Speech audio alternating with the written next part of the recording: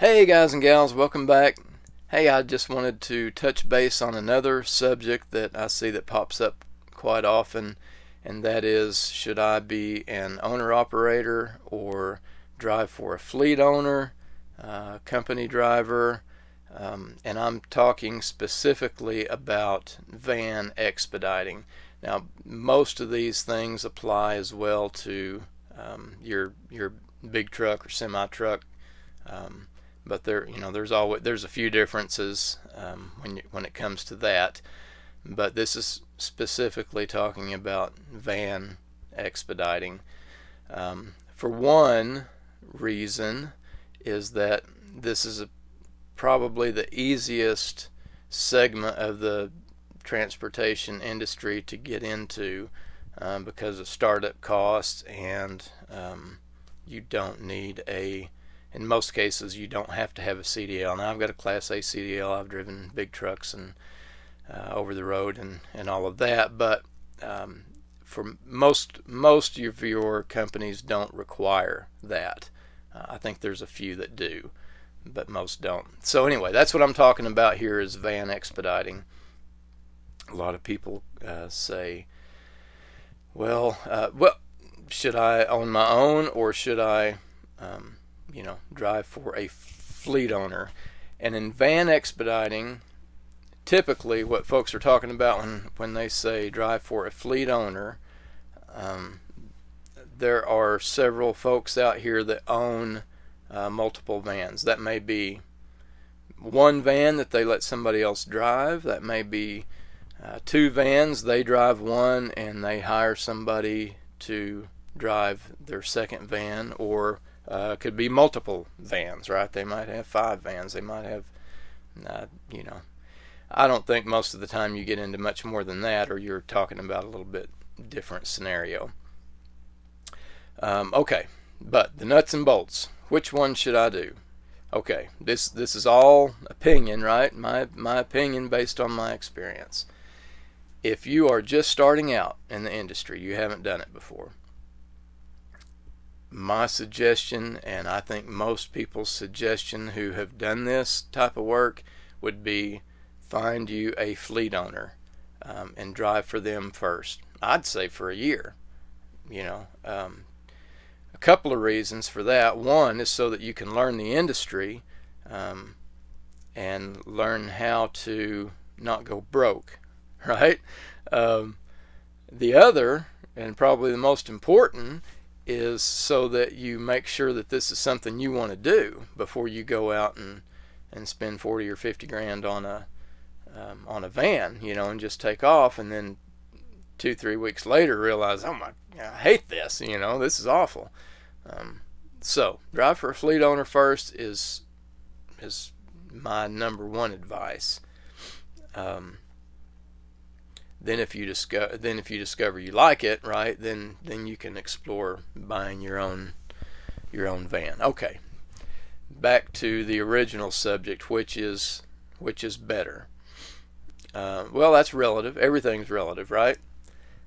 Some people just have no interest in taking on the risk involved in owning their own equipment, their own van, truck, whatever it is. And that's fine, that's perfectly fine. There's nothing wrong with that. If you are more comfortable, if you are in a financial situation where it just makes more sense for you to just drive and let somebody else, take on the risk, and you take a little bit smaller cut of the money, but you're not hanging your risk out the door as far. There's nothing wrong with that. If you are somebody who doesn't mind taking on that extra risk for the extra money, then personally my opinion is, and I've done it both ways, I started out driving for a fleet owner. That's how I got involved in this. A friend of mine, Steve, he had some vans. I was out on the road with the truck. He talked me into driving one of his vans. I did it for a year. Then Then I bought the van from him, and then I bought another van. I'm on my third van now. To me, owning your own is the only, I mean, it's the only way to do it for me. But that's me personally, right?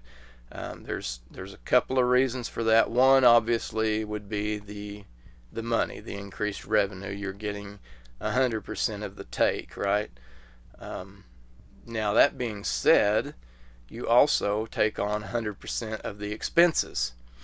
Okay, so if you're driving for, say, $1 a mile,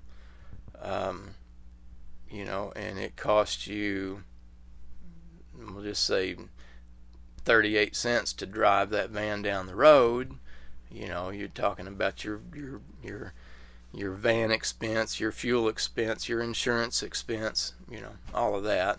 And those numbers are arbitrary. I'm just throwing numbers out there. Then, you're left with what's left over, right? Where if you are driving for a fleet owner, I think the most common thing now going is a 60-40 split, and I'm not going to go into that heavily because I haven't done it that way. When I drove for a fleet owner, we got paid a flat mileage fee, right?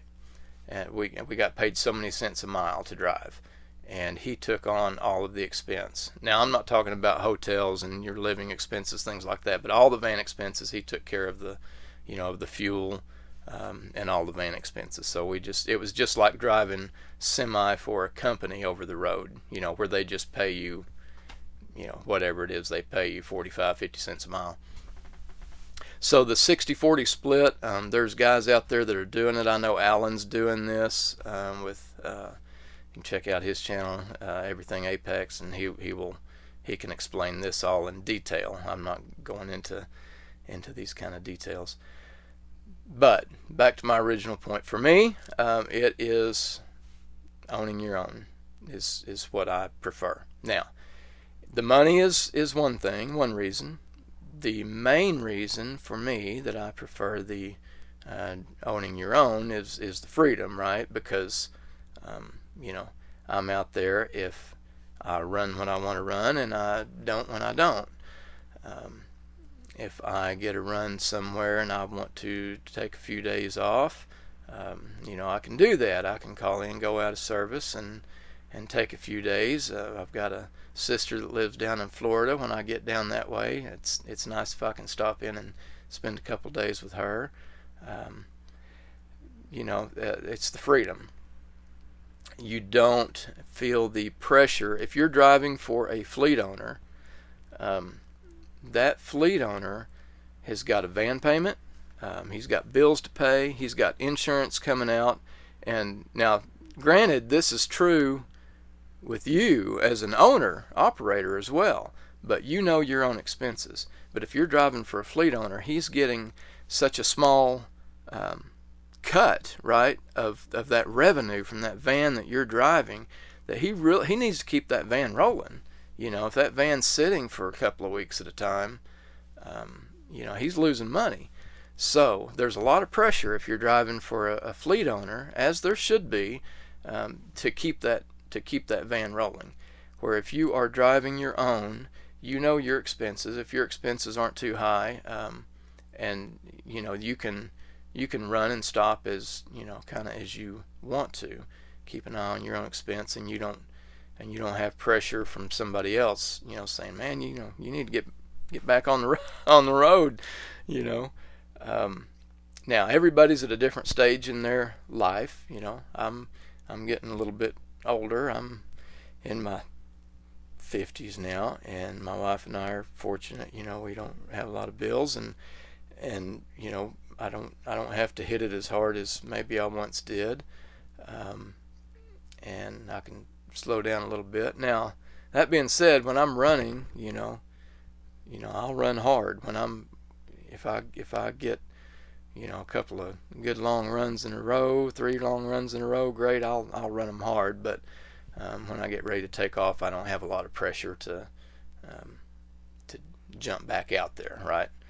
I can afford to sit for a few days and come home for a few days a week if I want. So, back to the original point. What's better for you? Only you can say that, right? You're the only one that can make that call.